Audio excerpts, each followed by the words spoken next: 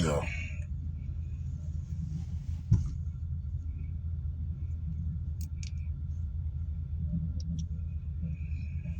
أعوذ بالله من الشيطان الرجيم بسم الله الرحمن الرحيم وصلى الله على سيدنا محمد وعلى آله وصحابه وسلم آمين.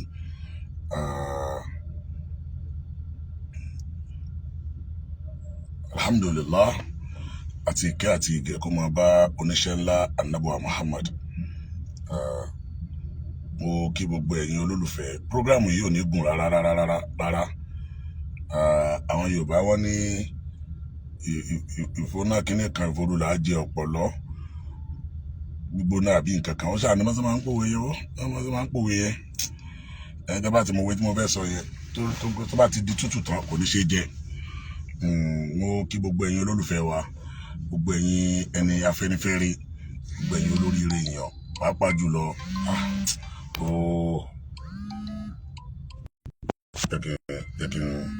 jẹ́ kí n pàkínní sorry ẹ má bínú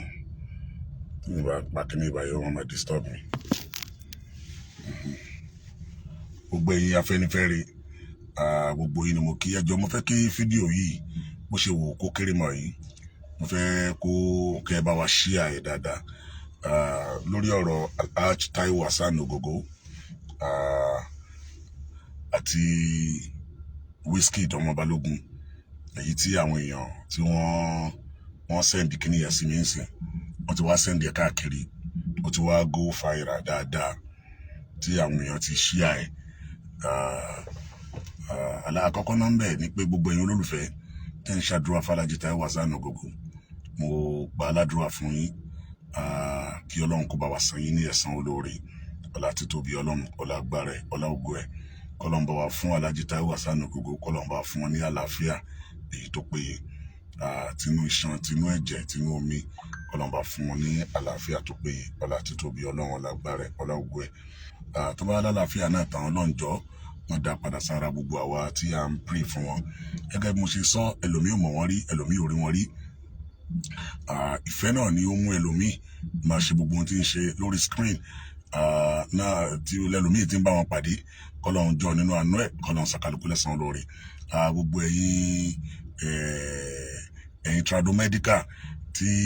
mo máa gbọ́ eléyìí mo lè ṣàgbọ́ eléyìí mo lè ṣègbà mo lè ṣàwo tí kálukú náà sọ pé àwọn fẹ́ dá sí Ọlọ́run sàkálùkù yín lẹ́san lóore ọlá títóbi Ọlọ́run ọlá agbára ọlá ògo ẹ̀ gbogbo àwọn tó dẹ̀ ti dá sí náà Ọlọ́run sàkálùkù wa lẹ́san olóore gbogbo ohun tá a wá ń ṣe náà Ọlọ́run jọ̀ọ́ má jẹ́ kó já sí asán má jẹ́ kó já sásán afdol rijal mankobila dua o ẹni tó lọ́lá jù nú àwọn ìyàwó náà lẹ́ni àdúrà bá gbà gbogbo wàhálà wa tá à ń ṣe yìí náà èyí tí ó dáa jù náà ni pé kí àdúrà wa gbà lórí ní ta fẹ́ kákan má ṣe lásán ká má ṣe lásán Ọlọ́run jẹ́ ká dúà yẹn gbà ní kó gbà lórí Alhaji Taiwo Hassan Ogogo stage 4 ò ní cancer yẹn wà ṣùgbọ́n Ọlọ́run lágbára ó ní Ọlọ́run ọba oníwòsàn tí máa ń wo ẹ̀dá sàn antashafi ìrìn Ọlọ́run ọba lọ́ba tí máa ń wo ẹ̀dá sàn tí máa sì ń fún ẹ̀dá lálàáfíà Ọlọ́run jọ̀ọ́ bá wa fún wọn ní àlàáfíà tó péye ẹ bá mi share programu yìí dáadáa.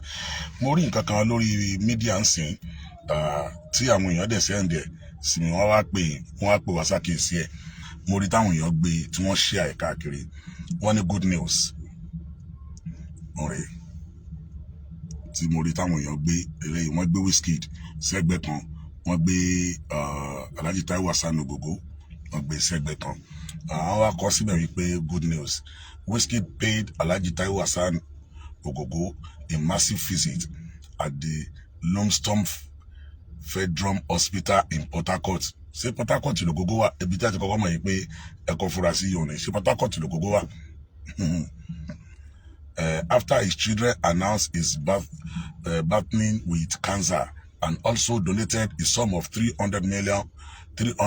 naira for his fly-out treatment. Wọ́n ní Wizkid ó lọ fíṣítì Alhaji Taiwo Hassan Ogogo lọ hospital ní Port Harcourt.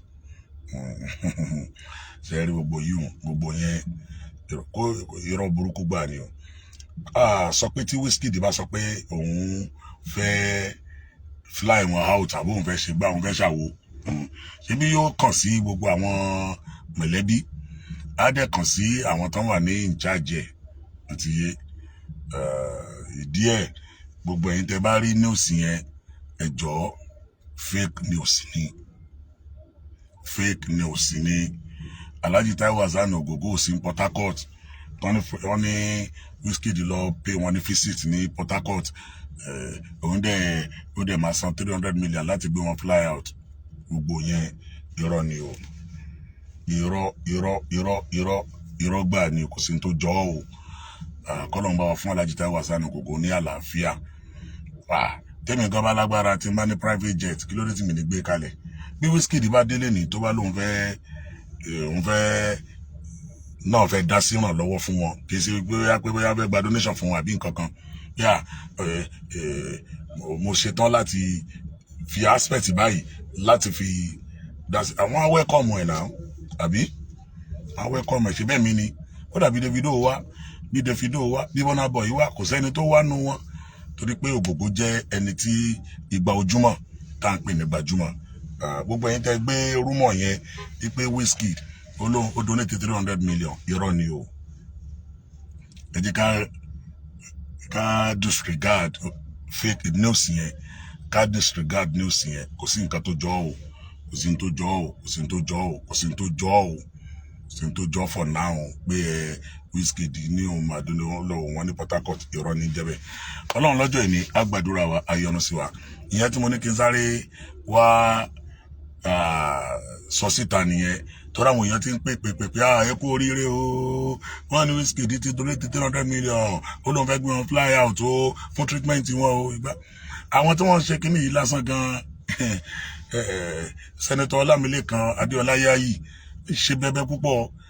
ìyẹn ló fà á tí Shakira ọmọ Taiwo Hassan Ogogo tó fi sọ níjọ́ tí ó kọ́kọ́ ṣe fídíò pé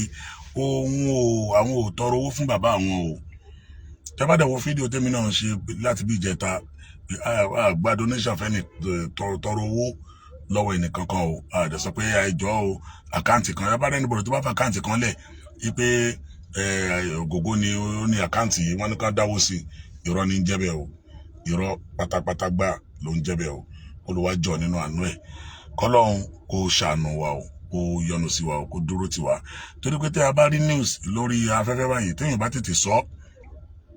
ìtẹ́lómi yóò sáré nígbàgbọ́ nìyẹn nǹkan yẹlẹ́ lómi máa gbé káàkiri ìyá tó ti send news yẹn sí mi wọ́n ti tó 16 èèyàn tọ́kàn screenshot ẹ̀ tán send ẹ̀ sí mi tán screenshot ẹ̀ tán send ẹ̀ sí mi ní àánú rárá o ilé yóò rí bẹ́ẹ̀ o kò jù bẹ́ẹ̀ náà lọ Alhaji Taiwo Hassan Ogogo ọlọ́run fún wọn lálàáfíà o ọlá ti tóbi ọlọ́run gbogbo ẹ̀yin olólùfẹ́ ọlọ́run sàkálùkù wa lẹ́san olóore o Allahumma anta salam wa minka salam wa ilayka yarji'u salam fa ayyina rabbana bis salam wa dinna jannata daraka dar salam tabarakta rabbana wa ta'alaita ya zal jalali wal ikram subhana rabbika rabbil izzati amma yasifun wa salamun alal mursalin alhamdulillah rabbil alamin assalamu alaikum wa rahmatullah kódà ibi program kan la wà mo sáré bọ́ síta ni bá tí kíní ẹ̀ ti pọ̀jù ẹ̀wọ̀n lẹ́kìn sáré wá dúkọ̀ sínú mọ́tò láti wá ṣe àlàyé lórí ẹ̀ bó ṣe rí náà nìyẹn o salamu alaikum wa rahmatullahi wa barakatuh.